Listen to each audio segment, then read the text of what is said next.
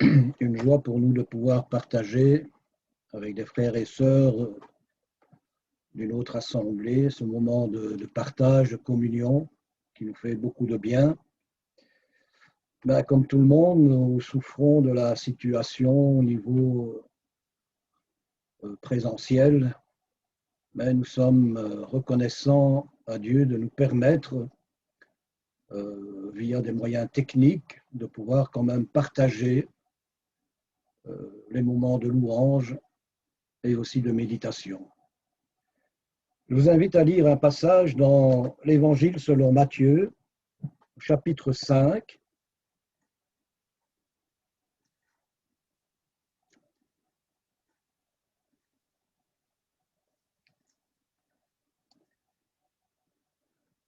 À partir du verset 1er.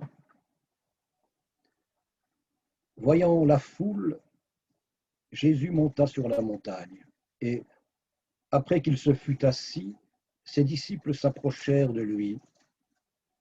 Puis, ayant ouvert la bouche, il les enseigna et dit : Heureux les pauvres en esprit, car le royaume des cieux est à eux. Heureux les affligés, car ils seront consolés. Heureux les humbles de cœur, car ils hériteront la terre. Heureux ceux qui ont faim et soif de la justice, car ils seront rassasiés. Heureux les miséricordieux, car ils obtiendront miséricorde. Heureux ceux qui ont le cœur pur, car ils verront Dieu. Heureux ceux qui procurent la paix, car ils seront appelés fils de Dieu. Heureux ceux qui sont persécutés pour la justice, car le royaume des cieux est à eux. Heureux serez-vous lorsqu'on vous outragera, qu'on vous persécutera, et qu'on dira faussement de vous toutes sortes de mal à cause de moi. Réjouissez-vous et soyez dans l'allégresse, parce que votre récompense sera grande dans les cieux, car c'est ainsi qu'on a persécuté les prophètes qui ont été avant vous. Vous êtes le sel de la terre, mais si le sel perd sa saveur, avec quoi la lui rendra-t-on ? Il ne sert plus qu'à être jeté dehors et foulé aux pieds par les hommes. Vous êtes la lumière du monde. Une ville située sur une montagne ne peut être cachée. Et on n'allume pas une lampe pour la mettre sous le boisseau, mais on la met sur le chandelier, et elle éclaire tous ceux qui sont dans la maison. Que votre lumière luise ainsi devant les hommes, afin qu'ils voient vos bonnes œuvres et qu'ils glorifient votre Père qui est dans les cieux. Comme chacun le sait, ce passage et les suivants sont appelés le sermon sur la montagne. C'est un enseignement que le Seigneur nous apporte et qui paraît quelque part irréalisable. Il y a plusieurs façons d'interpréter ce texte. Il y a la façon éthique, c'est-à-dire une certaine morale en déduire, mais cela nous donne une vision théorique. Or, les béatitudes demandent à être mises en pratique. Certains pensent que ce sont des principes qui ne pourront être accomplis vraiment que dans le millénium. Moi, je voudrais l'aborder simplement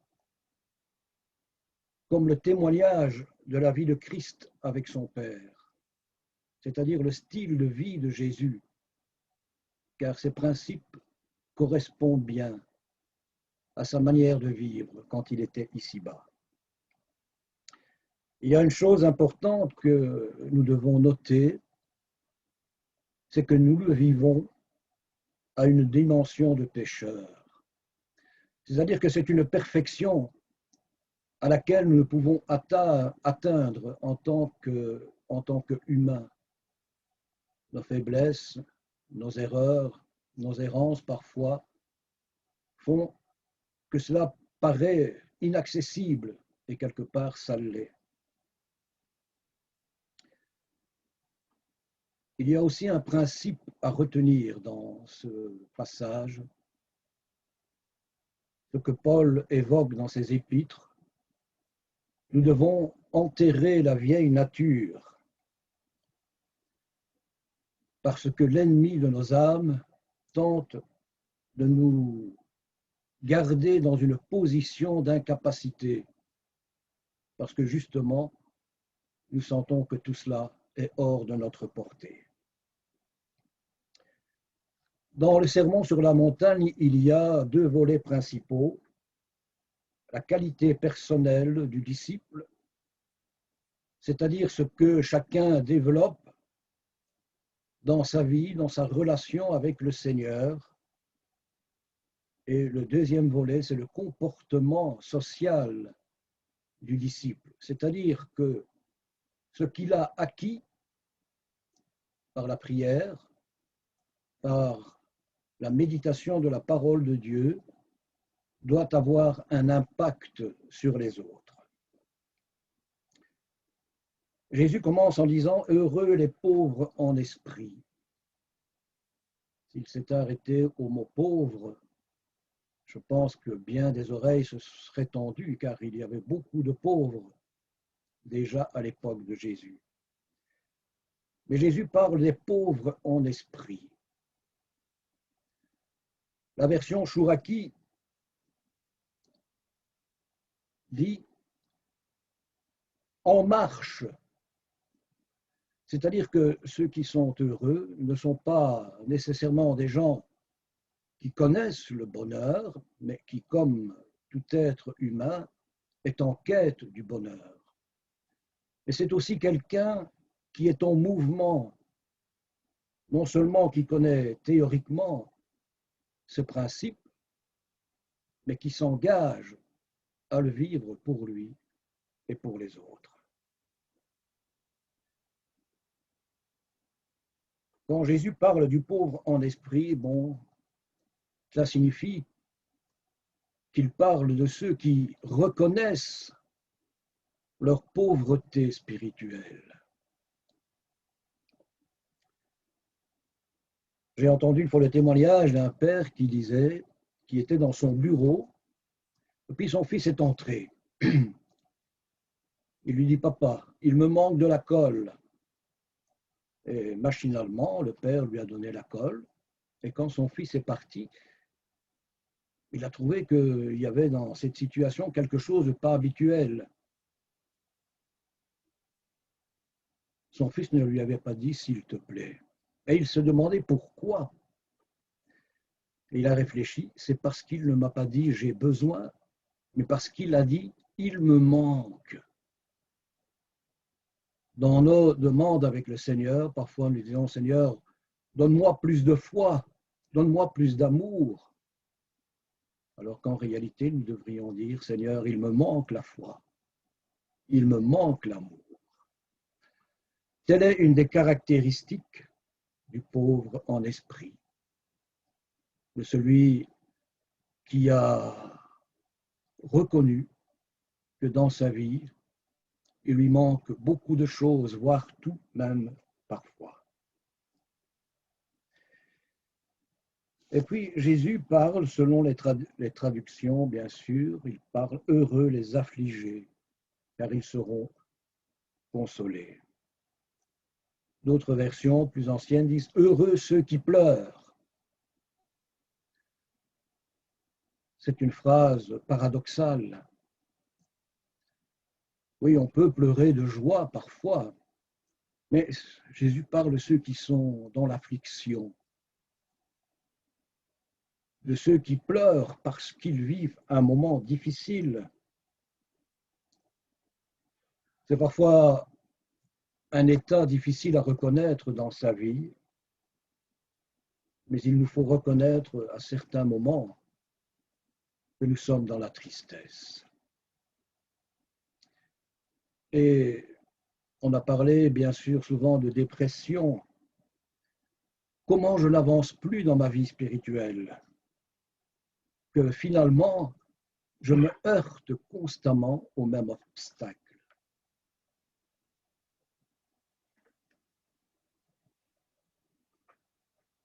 Il nous faut reconnaître notre propre tristesse, nos chagrins, nos déceptions.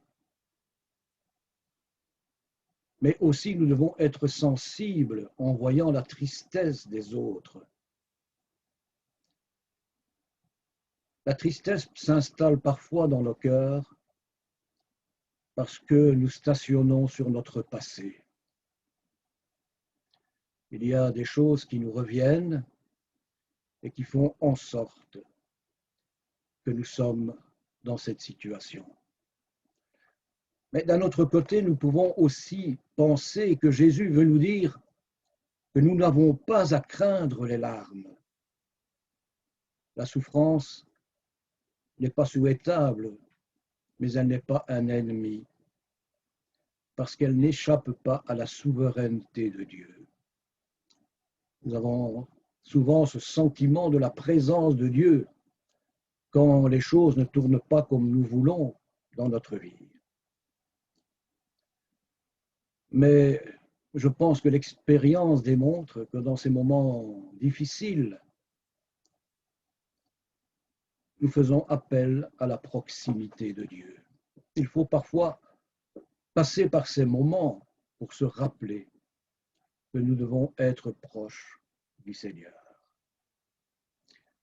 Mais d'un autre côté, la souffrance ne doit pas être considérée comme un malheur parce que dans l'Apocalypse, il nous est dit que Dieu essuiera toutes larmes de leurs yeux. La consolation totale existera un jour, mais encore une fois, nous le vivons à notre niveau. Et en tant qu'humains, nous avons des sentiments, nous sommes sensibles à ce que nous vivons. Il y a plusieurs attitudes possibles face à cette situation, où nous nous résignons, acceptons les choses comme elles sont, où nous nous battons et nous exprimons à Dieu ce que nous ressentons vraiment. Y a-t-il des modèles dans la Bible? Mais oui. Jérémie, à certains moments, se sent si persécuté moralement qu'il dit à Dieu ce qu'il pense. Par exemple, « Malheur le jour où je suis né ». Habakkuk dit à Dieu, « Je fais appel à toi et tu ne réponds pas ». Il faut oser exprimer nos sentiments, nos ressentiments que Dieu connaît de toute façon. J'ai lu quelque part, je ne me souviens plus où, mais enfin qu'importe, c'est un parallèle que je fais sur la croissance d'un épi de blé. L'épi croît pendant un certain temps, une dizaine, 12 cm selon la céréale, et puis la croissance s'arrête. Et il fait une sorte de nœud. Et ainsi de suite jusqu'à maturité, jusqu'à ce que les blés sont balayés par le vent. Et l'on a constaté en fait que c'est ce nœud qui permet à la tige de ne pas céder sous le poids. Ainsi, en nous faisant passer parfois par des moments difficiles, Dieu accomplit un approfondissement dans un domaine que nous avons ignoré. Et dans ces moments, pourtant, c'est là que Dieu construit et fortifie nos vies. On parle parfois de conversion, mais la conversion n'est pas un acte d'intelligence, c'est un combat. Un combat de chaque jour. Et puis Jésus parle, il y a évidemment plusieurs versions. Heureux ceux qui sont humbles de cœur. D'autres versions disent heureux ceux qui sont débonnaires, heureux ceux qui sont doux. Mais remarquons que le Seigneur dit ceux qui sont doux, non pas ceux qui sont mous, c'est-à-dire qui se laissent embarquer par toutes sortes de sentiments dans leur vie qu'ils ne maîtrisent pas. Dans mon attitude de douceur, j'apprends à gérer les conflits.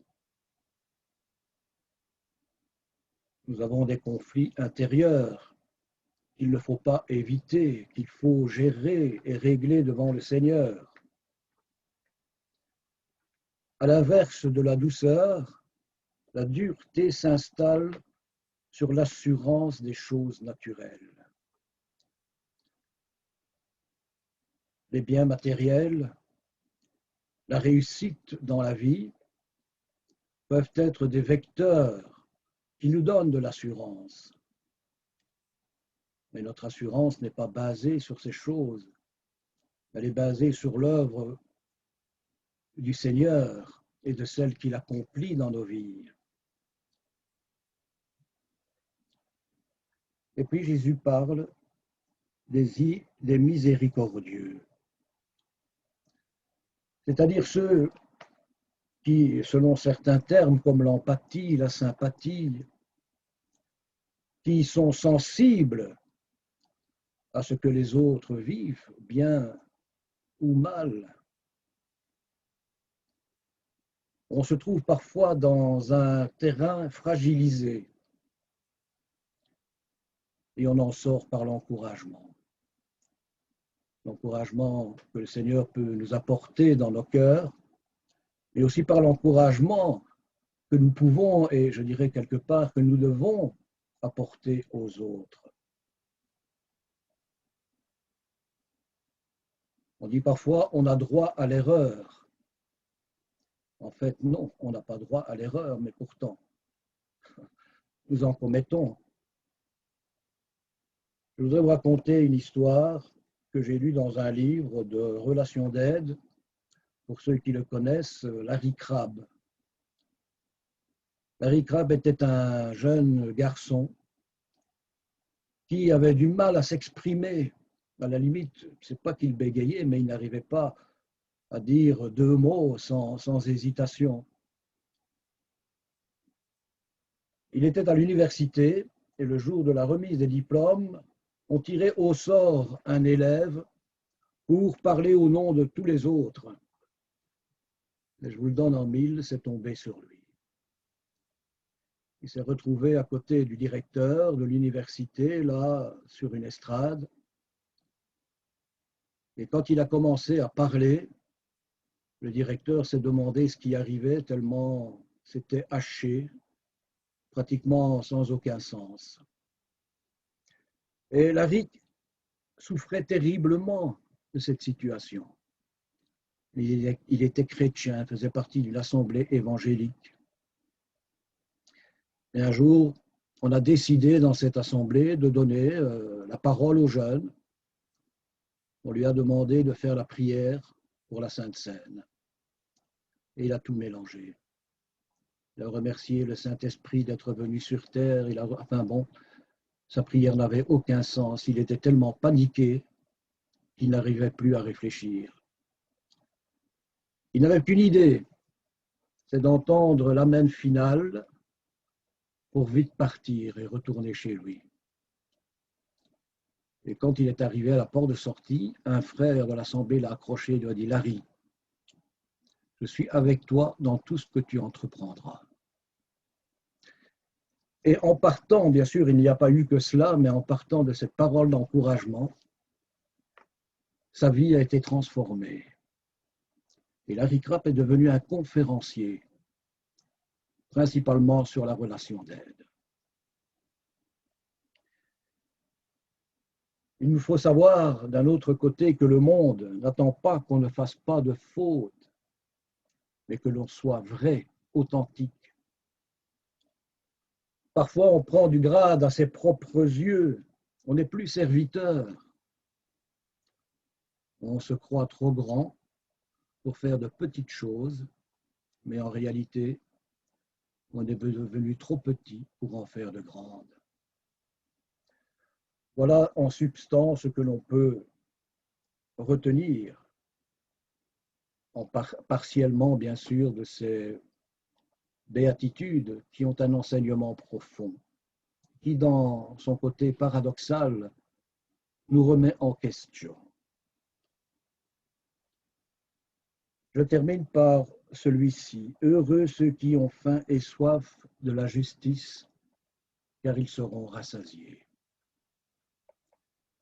Jésus fait un parallèle avec un besoin physique, parce que la justice est une quête continuelle qui n'a pas de fin. Nous le savons quand nous voyons notre monde.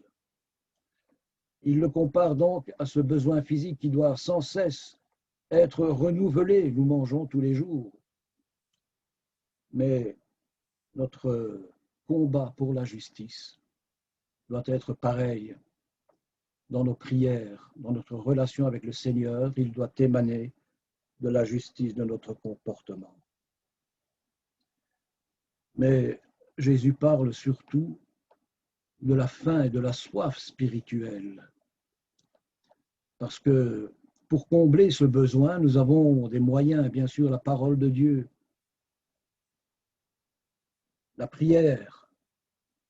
Ce sont des outils que le Seigneur nous donne pour pouvoir œuvrer pour la justice. Mais d'un autre côté, il nous faut savoir que cette faim et soif, le Seigneur l'a créée parfois en nous, justement, pour que nous puissions l'assouvir. Est-ce que nous sommes d'accord de traverser un désert avec le Seigneur? C'est-à-dire le désert nous met à jour. Nous manquons de ressources. Et c'est à ce moment-là que nous faisons appel au Seigneur. Le désert fait apprécier l'oasis. Quand nous nous croyons trop spirituels, il nous faut des choses importantes et qui ne sont pas toujours à la mesure de ce que nous sommes. Alors le Seigneur nous fait passer par des moments plus difficiles pour que nous puissions apprécier tout ce qu'il met à notre disposition. Nous ne lisons pas la Bible pour meubler seulement nos connaissances, mais nous lisons la Bible pour mieux connaître le Seigneur. Je vais m'arrêter ici en conclusion. Au travers de ces béatitudes, de tout ce que le Seigneur nous présente comme un exercice de nos âmes, qui doit déboucher sur un exercice par rapport aux autres, car en réalité, nous ne sommes pas une fin en nous-mêmes. Je vous invite à prier pour terminer. Merci Seigneur pour ta parole, qui nous fait toujours du bien, qui nous réconforte, qui nous instruit. Et c'est cela que tu désires pour chacun de nous. Nous te demandons de bénir ces paroles qui ont été dites et qu'elles puissent nous aider à mieux vivre notre relation avec toi et aussi celle avec les autres. Nous te louons, Père, pour Jésus. C'est en son nom que nous te remercions. Amen.